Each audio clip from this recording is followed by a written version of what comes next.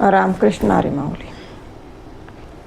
जड बुद्धीच्या माणसापेक्षा वाटेवरचा दगड कसा बरा, असं याच्यावर तुकाराम महाराजांनी अभंग लिहिलाय. बघा तो. चंदनाचे गावी सर्पाची वसती, भोगी ते होती दीपांतरी. एक ओझे एका लाभ घडे देवा, संचिताता ठेवा वेगळाला. शिराची वसती अशुद्ध शेवावी, जवळी ते जावे भोगे दुरी. तुका म्हणे ऐशी बुद्धी ज्याची जड, याहून दगड बरे देवा. त्याचा अर्थ बघा किती सुंदर आहे.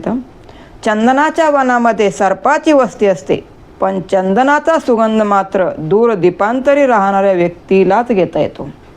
एकाच्या डोक्यावर साखरेच्या पोत्याचे ओझे असते, परंतु त्याचा लाभ दुसऱ्यालाच मिळतो, कारण तो त्याच्या संचिताचा ठेवा असतो.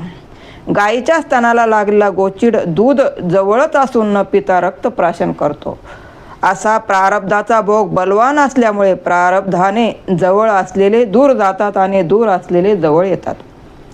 तुकाराम महाराज म्हणतात, देवा, जो चांगल्या गोष्टी ग्रहण करू शकत नाही, अशी ज्याची बोजड बुद्धी आहे, अशा माणसापेक्षा वाटेवरचा दगड बरा नाही का. रामकृष्ण.